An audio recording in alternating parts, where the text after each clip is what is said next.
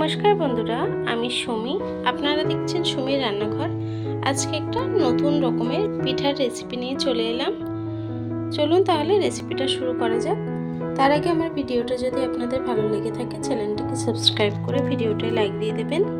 চলুন তাহলে রেসিপিটা শুরু করা যাক। পিঠাটা তৈরি করার জন্য আমি একটা বাউল নিয়েছি। নিয়ে নেব 1 কাপ আটা। আপনারা চাইলে ময়দা দিয়েও করতে পারেন। সেম কাপের হাফ কাপ সুজি নিয়েছি। 1 কাপ আমি আটা নিয়েছি, হাফ কাপ সুজি দিয়ে দেবো। হাফ কাপ চালের গুঁড়ো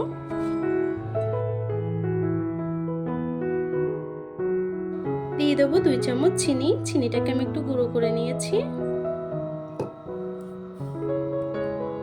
দিয়ে দেবো 1 চামচ নুন। সবকিছুকে সুন্দর করে একটু মিশিয়ে নেব। এখন উষ্ণ গরম দুধ দিয়ে আমি ব্যাটারটাকে বানিয়ে নেব। আমার ব্যাটারটা কিন্তু হয়ে গেছে। দেখুন, ব্যাটারটা এতটাই গাঢ় থাকতে হবে, খুব বেশি পাতলা না, আবার খুব বেশি গাঢ় কিন্তু নয়। এখন আমি সুজি যেহেতু দিয়েছি, তার জন্য আমার কিছুক্ষণ রেস্টে রাখতে হবে। আমি 2 কাপের মতো দুধ দিয়ে এটাকে গুলে নিয়েছি। আমি কিছুক্ষণের জন্য ঢেকে রেস্টে রাখবো। আমি 10 মিনিট রেস্টে রেখে দেবো। 10 মিনিট পরে চলে এলাম। দেখুন, আমার সুজিটা কিন্তু একটু ফুলে এসছে। আমি একটু পাতলা করে করেছিলাম বলে এখন আর দুধের প্রয়োজন নেই। চলুন তাহলে রান্নার দিকে চলে যাই। প্রথমে আমি একটা কড়া বসিয়ে নিয়েছি।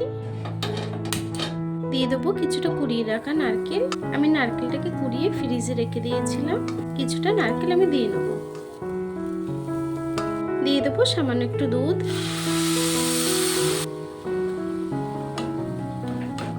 নারকেলের পুরটাকে আমি বানিয়ে নেব। দিয়ে দেবো 2 চামচ চিনি।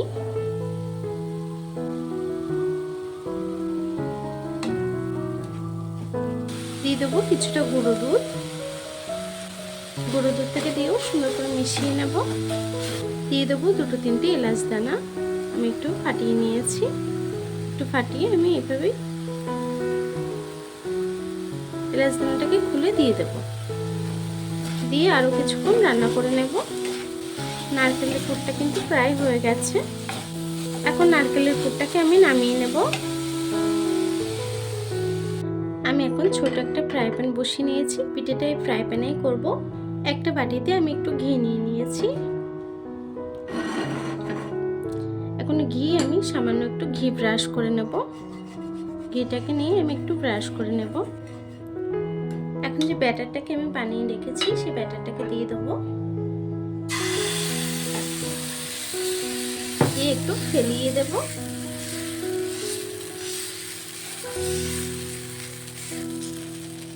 দেখুন বন্ধুরা, উপরটা যে শুকিয়ে আসবে, যে পুরটা আমি বানিয়ে রেখেছি, পুরটাকে দিয়ে দেবো মিডিলে।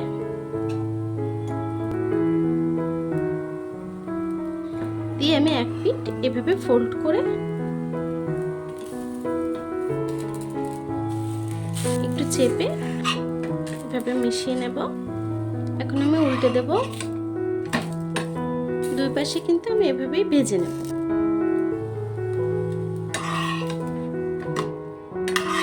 দেখুন বন্ধুরা, আমার একটা পিঠে কিন্তু হয়ে গেছে। এভাবে আমি বাকি পিঠেগুলো বানিয়ে নেব।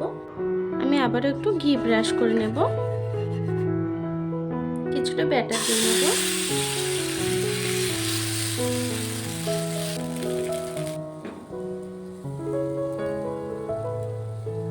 আপনারা কিন্তু যে কোনো পুর দিতে পারেন। আপনারা চাইলে কিন্তু মাখা সন্দেশও দিতে পারেন।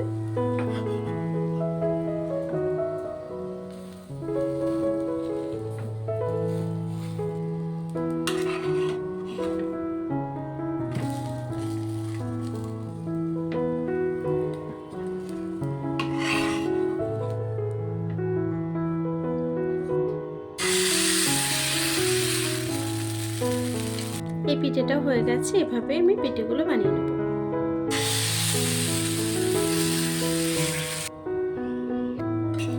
এভাবেই আমার সব পিঠে ভাজা হয়ে গেছে। দেখুন বন্ধুরা, আমার পিঠেগুলো কত সুন্দরভাবে হয়ে গেছে। আমার সব পিঠেগুলো কিন্তু বানানো হয়ে গেছে। আমি একটা কড়া বসিয়ে নিয়েছি। 1 লিটার দুধ আমি জাল করে নেব।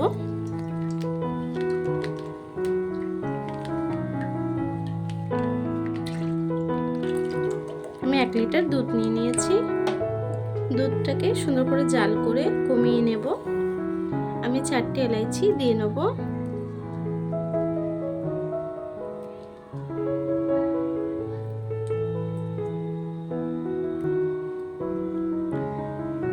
এলাইচি 4টাকে আমি একটু খুলে দিয়ে দিয়েছি। এলাইচিটাকে দিয়ে আমি একটু নেড়ে চেড়ে নেব। দুধটা কিন্তু আমি জাল করে ঘন করে নেব। আমি হাফ কাপ চিনি অ্যাড করব। আপনারা মিষ্টিটা যতটা পছন্দ করেন সেই অনুযায়ী চিনিটা অ্যাড করবেন। চিনিটাকে দিয়েও আমি সুন্দর করে একটু মিশিয়ে নেব। দুধটা অনেকটাই কমে এসছে। এখন আমি একটু গুঁড়ো দুধ অ্যাড করব। দিয়ে দেবো হাফ কাপ গুঁড়ো দুধ। এটা দিলে টেস্টটা কিন্তু খুব সুন্দর আসে। গুঁড়ো দুধটাকে দিয়েও আমি কিছুক্ষণ জাল করে নেব। দুধটা কিন্তু অনেকটাই কমে এসছে। এখন আমি গ্যাসটাকে বন্ধ করে দেব। দুধটা হালকা একটু ঠান্ডা হয়ে এসছে। খুব বেশি ঠান্ডা কিন্তু করা যাবে না, হালকা ঠান্ডা হয়ে এসছে। এখন আমি পিঠেগুলো দিয়ে দেব। আমি দুধের মধ্যে পিঠেগুলো দিয়ে দেব।